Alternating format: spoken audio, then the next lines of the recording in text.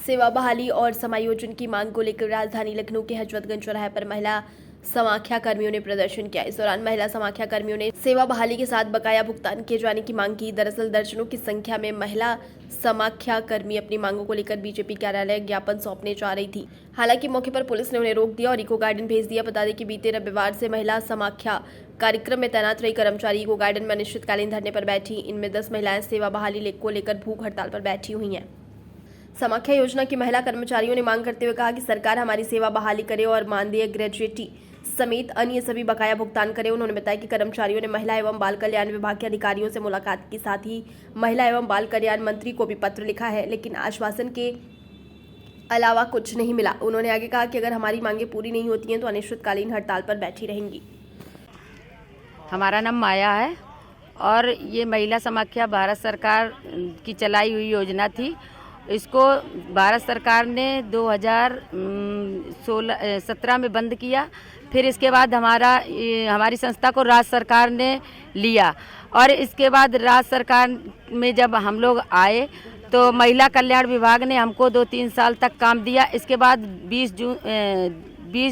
2020 में जून से हम लोगों का कार्यक्रम बंद कर दिया बिना बताए। और तब से कोरोना काल में जब जिस समय सबको मदद की ज़रूरत थी उस समय सरकार ने हमारी टीम को इतना बड़ा झटका दिया कि उस पीरियड में हमारा एकाएक कार्यक्रम बंद कर दिया, जिससे हम लोग उस समय कोरोना काल में इतनी बुरी परिस्थिति में जूझ रहे थे।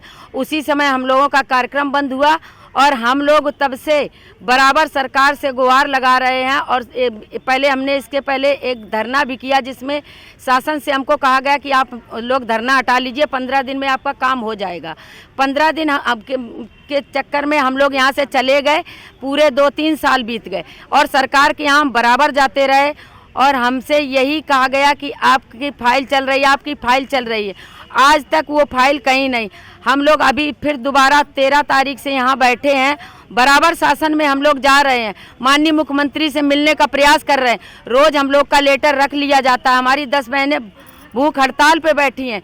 अभी तक कोई भी सरकारी कर्मचारी हमारी बहनों से ना हम लोग हमारी टीम से मिलने नहीं आया, ना किसी ने कोई तरह का सांत्वना दिया।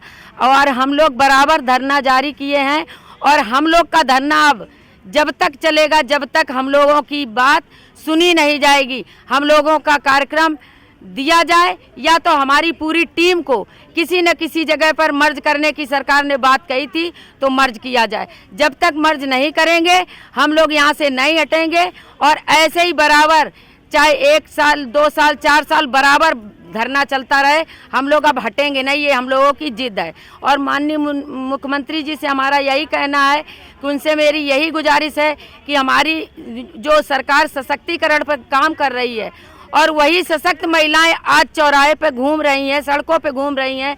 आज सुबह मजबूर होकर हमें हजरतगंज चौराहे पे उतरना पड़ा कि शासन का कोई व्यक्ति यहाँ आ नहीं पा रहा था। तब हम लोग चौराहा जाम किए थे, तब प्रशासन के कुछ लोग आए थे और हमारी 2-3 बहनों को लेकर महिला कल्याण में गए हैं। अब देखिए वो लोग क्या करते हैं। और हम लोग की जिद बस यही है कि जब तक हमें सही निर्णय नहीं मिलेगा हम लोग यहाँ से नहीं हटेंगे। हमारा जो कि सबसे अच्छा हम लोगों का जो कार्यक्रम चल रहा था तो हम लोगों को बिना सूचना के हम लोगों का कार्यक्रम बंद कर दिया गया और हम लोग रोड पर आ गए। अब आज ऐसी स्थिति है कि हम लोग बार प्रयास कर रहे हैं लेकिन हम लोगों के कार्यक्रम का कोई अता पता नहीं चल रहा है। हमारी मैडम जी आए या सीएम जी आए, खुद मुझे लिखित रूप में हमको कुछ जो देना हो लिखित रूप में हमारा मतलब कार्यक्रम मिले, हम लोगों की तत्काल बहाली की जाए। मैं वंदना, मैं यही चाहूँगी कि जो हम लोग यहाँ पे सरकार से चाहे मेरी अन्नू मैडम ने हम लोगों को इतने दिन से गुमराह किया कि आप लोगों का कागज़ शासन में चल रहा है। उन्होंने कहा था कि 15 दिन बाद आप लोगों से कागज़ लिया जाएगा, लेकिन आज तक उन लोगों ने हमको गुमराह किया। हमारे सारे कार्यकर्ताओं को गुमराह करके हम लोगों के साथ बहुत बड़ा झोल किया गया। हम यही चाहेंगे कि हमें किसी से लड़ाई नहीं लड़ना, हमें बस हमारे सारे कार्यकर्ताओं के बहाली चाहिए। हम लोग यहाँ 13 तारीख से धरने पे हैं जी। हमारे यहाँ 10 लोग भूख हड़ताल पे बैठी हैं और उनकी तबीयत भी खराब होती जा रही है, लेकिन प्रशासन सुनने का कोई नाम ही नहीं ले रहा है। कोई संबंधित अधिकारी आया आप लोग? नहीं, केवल आश्वासन दे रहे हैं कि आप लोग जाइए, आप लोगों का कुछ है नहीं, ठीक है हमारा नहीं है तो हमारे कार्यक्रम आप लिए, हमारे जो ढांचे बने उस पर कार्य कर रहे हैं, क्या हम ही लोग सबसे बेकार है? हम लोग को क्यों नहीं लिया गया? आप लोग उसमें हमारा लेटर भी है कि आपको सामूहिक रूप से हम लोग कर रहे हैं, हो गया है।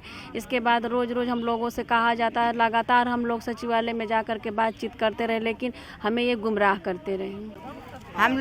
हम लोग बहुत समय से काम कर रहे हैं। हम लोगों को 35-40 साल काम करते हो गया और हम लोगों को अब हमारी लोगों की इतनी उम्र हो गई और अब काम जब बंद कर दिया, अब हम लोग कहाँ जाएं? हम लोगों के पास हमारे बच्चे हैं पढ़ने, हमारे सब लोगों के बच्चे हैं पढ़ने के लिए परेशान हैं।